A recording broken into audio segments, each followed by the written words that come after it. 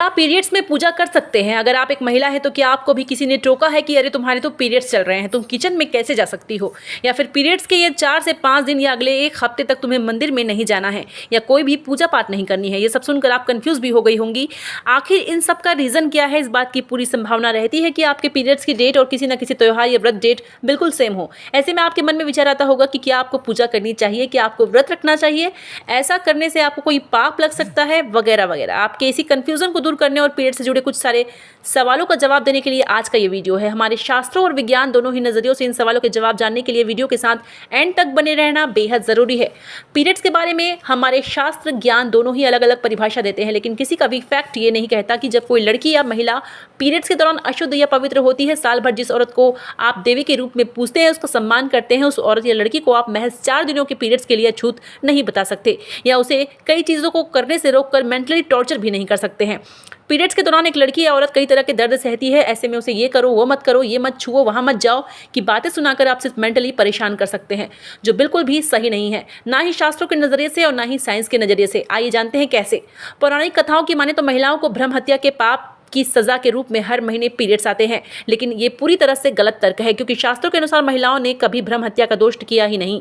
ये दोष किसी और ने किया था, कफल महिलाएं भोगती आ रही हैं। शास्त्रों में बताया गया है कि देवराज इंद्र के अहंकार के कारण एक बार गुरु बृहस्पति ने क्रोध में आकर इंद्रलोक का बहिष्कार कर दिया था, जिस वजह से इंद्रदेव का जोर कम होने लगा। असुरों ने इस मौके का फायदा उठाया और इंद्रलोक पर हमला बोल दिया।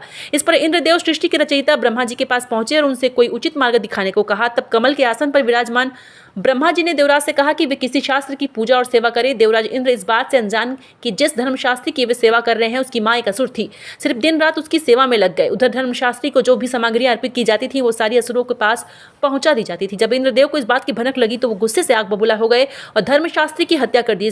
इस हत्या के कारण देवराज इंद्र पर ब्रह्म हत्या का पाप लग गया। भयंकर पाप से मुक्ति पाने के इंद्रदेव ने कई वर्षों तक भगवान विष्णु की तपस्या की। इंद्रदेव की तपस्या से प्रसन्न होकर एक बार भगवान विष्णु इंद्र के पास आए और उन्हें सुझाव दिया कि वे अपने पाप के 4 हिस्सों में विभाजित कर दिए। इसके बाद इंद्रदेव ने धरती, जल, पेड़ और स्त्री यानी औरत को एक एक आशीर्वाद के बदले उनके पाप का एक एक हिस्सा लेने के लिए मनाया।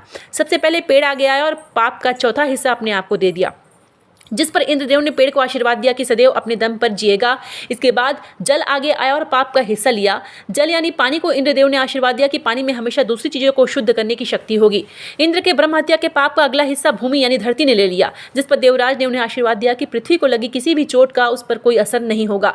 अब बच गई औरत। इंद्र पर ब्रह्म हत्या के साथ साथ राज्याभिषेक का पाप भी चढ़ गया, जिसे लेने के लिए अब सिर्फ औरत ही बची थी और औरत ने इंद्र के राज्याभिषेक का पाप लिया। जिसके बाद इंद्रदेव ने महिलाओं को आशीर्वाद दिया कि उन्हें हर महीने मासिक धर्म यानी पीरियड्स आएंगे, लेकिन महिलाएं पुरुषों से ज्यादा काम का सुख भी पाएंगी। शास्त्रों की माने तो तभी से लड़कियों को पीरियड्स आने शुरू हो गए। बात करें पीरियड्स के दौरान महिलाओं के लिए पूजा पाठ या व्रत के वर्जित होने की, तो शास्त्रों में कहीं भी ये नहीं लिखा गया कि इस दौरान उन्हें अपवित्र होती है, इसलिए उन्हें पूजा पाठ या व्रत नहीं करना चाहिए या मंदिर नहीं जाना चाहिए। बल्कि कुछ समय बाद संत मुनियों ने देखा कि साफ सफाई की उचित व्यवस्था के अभाव में ही महिलाएं मासिक धर्म के दौरान भी अपने सारे काम कर रही है। ऐसे में उनकी तकलीफ बढ़ सकती है। तब संत मुनियों ने महिलाओं को रोजमर्रा के कामों से कुछ आराम देने के लिए यह तय किया कि पीरियड्स के दौरान महिलाओं को 4 से 5 दिन सभी कामों से आराम दिया जाना चाहिए, जिससे उन्हें घर का कोई काम ना करना पड़े, मंदिर न जाना पड़े या पति के साथ संबंध न बनाना पड़े। इस तरह किसी सुख सुविधा के अभाव में महिलाएं आराम कर अपने शरीर का ध्यान रख पाएंगी। तो शास्त्र तो ये बिल्कुल भी नहीं कहता कि आप अपवित्रता की वजह से पूजा पाठ नहीं कर सकती।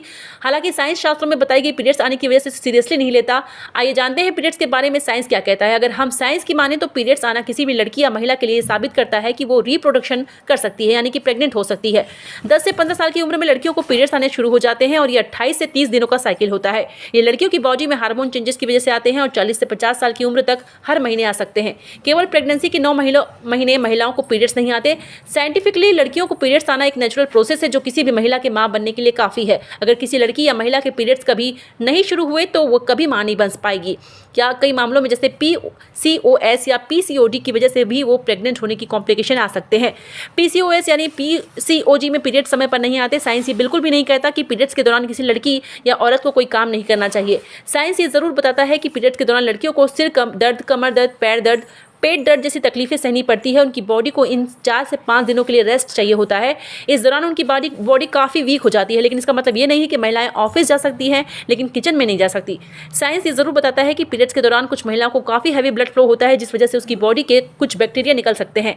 ऐसे में अगर वो खुद को घर के कामों से दूर रखे तो उसे आराम मिलेगा और खुद सुरक्षित रहेंगी। कुल मिलाकर साइंस या शास्त्र इस बात पर फोकस करते हैं कि महिलाओं को पीरियड्स के दौरान रेस्ट चाहिए होता है, ना कि मेंटली टॉर्चर। समाज के नजरिए से देखें तो शास्त्रों का हवाला देकर आज कई घरों और परिवारों में ये प्रथा प्रचलित है कि पीरियड्स के दौरान घर की औरतों को किचन में नहीं जाने देना चाहिए, धोए हुए कपड़े न छूने देना, पूजा घर में ना जाने देना, यहाँ तक कि खुद की परछाई तक किचन या घर के मंदिर में ना पड़ने देना चाहिए, क्योंकि शास्त्रों में कहीं भी लिखित प्रमाण या सही नहीं बताया गया है। अगर आप चाहे तो व्रत रख सकती हैं, इसके लिए कोई मनाही नहीं है, क्योंकि पूजा मन से होती है ना कि शरीर से। हाँ, अगर आप इस तरह से सोचें कि आपको हैवी ब्लड फ्लो है और आपके शरीर से बैक्टीरिया जैसे कुछ निकल रहा है, तो आप पूजा घर को बिना छुए या बिना मंदिर जाकर मन से भी भगवान को याद कर सकती हैं। इसके लिए आपको पूजा का कोई सामान छूने की जरूरत नहीं है, आप कमरे में या हॉल में बैठकर भगवान को याद कर लें। व्रत करना कहीं भी पीरियड्स के दौरान नहीं बताया गया है। उम्मीद करते हैं आपको आपके सवालों के जवाब मिल गए होंगे। तो दोस्तों, जय माँ लक्ष्मी।